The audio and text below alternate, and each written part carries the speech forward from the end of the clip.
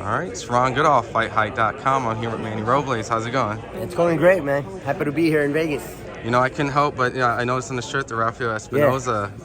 What's the relationship? Relationship is we go way back over many years, over a decade, and we've known this kid for a very long time. I'm part of the team, part of the coaching staff, and part of the family.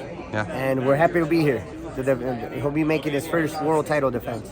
How were you able to know talent then? Because it seemed like as all the boxing pundits, all the boxing journalists, when you stepped on the scene and fought Robles, it seemed like nobody really knew too much who he was, and it's kind of like, oh, it's an upset. But I'm sure you were like, no, I already knew this was gonna happen. Right, Rafael Espinoza he's been under the radar for a very long time, and he's had ups and downs in his career as a pro. You know what I mean? He's an undefeated fighter, but some things that happened outside of the boxing that kept him away from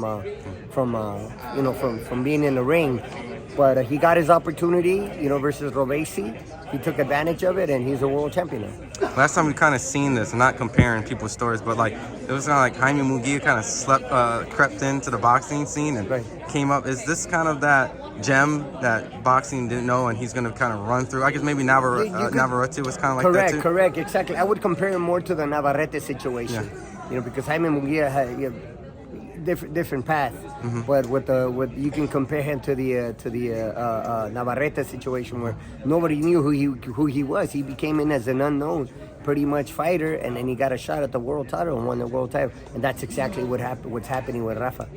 Let's hope he can become as good as Navarrete, and with all due respect to Navarrete and everything that he's done in boxing. Absolutely. What do you know about his opponent? Because Bob Aaron was telling me it's tough, undefeated guy. There's another fighter that's coming under the radar, another Mexican fighter that's coming under the radar with a great amateur background. He fought Robles in the amateurs, as a matter of fact. Came up short, but nonetheless, part of the Mexican national team. Been coming up as a pro. His first time here in the United States, so.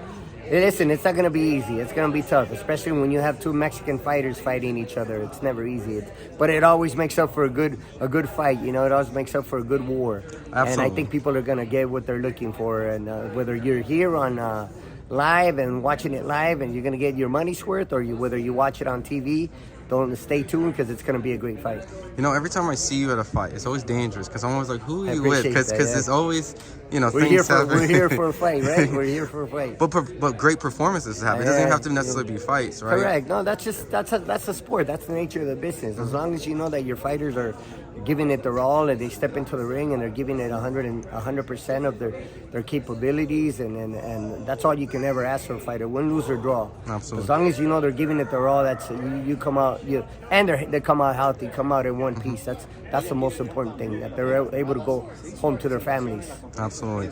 I know a lot of fighters come in and out with training. Who are you currently working with? Just some updates on. We got Rafael Espinoza fighting for the world title, defending his world titles Friday night, and we have a Ramla Ali fighting for the world title next week, as a matter of fact, on a matchroom card in Arizona, on the undercard of was it Bam? Bam Rodriguez. On the other card of Bam Rodriguez, as a matter of fact, we'll be there, and Ramla again fighting Yamilet Mercado for the WBC Super Bantamweight title. So it should be interesting. It should be fun.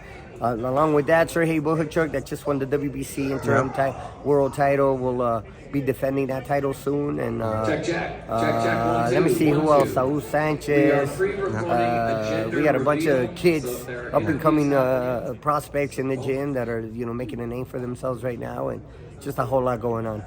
I do have to ask. There was a fight that happened Saturday. Gervonta Davis had a performance against Lomachenko. I mean, not Lomachenko, Frank Martin. I'm already getting ahead of my question. Yeah.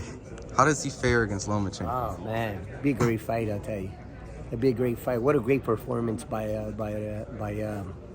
Tank. To systematically break his opponent down and know exactly what was going on every round, every minute of every round. He broke his fighters down, man. I mean, it's just it's remarkable, the IQ that this kid has. He definitely should be on the pound for pound list. He deserves to be on the pound for pound list. Top 5, maybe. And he's just an incredible fighter and a fun fighter to watch. You think Lomachenko's be able to crack that code a little bit? Because a lot of people have seen him give Devin and Teotihuacan Yeah, fights? well, you saw what Lomachenko did in his last fight. It was a remarkable performance by Loma. One of my favorite fighters, as a matter of fact. And this is he's 135. I mean, any way you look at it, I think it would be a 50-50 fight, but it'd be a great fight, man. It would be a fan-friendly fight, and you know, because Loma likes to fight too. You know, he's a technician. But it's just like Tank's a technician, but he can get in there and fight. So I think it'd be a fight to watch. You know, it'd be a great fight. You know, I know a lot of people have predicted that Loma would go the distance if he beats Tank, and Tank would not Loma in that case. Can you see Tank taking Loma the distance and giving him a boxing? I see the fight going the distance. Mm-hmm. Definitely see the fight going the distance.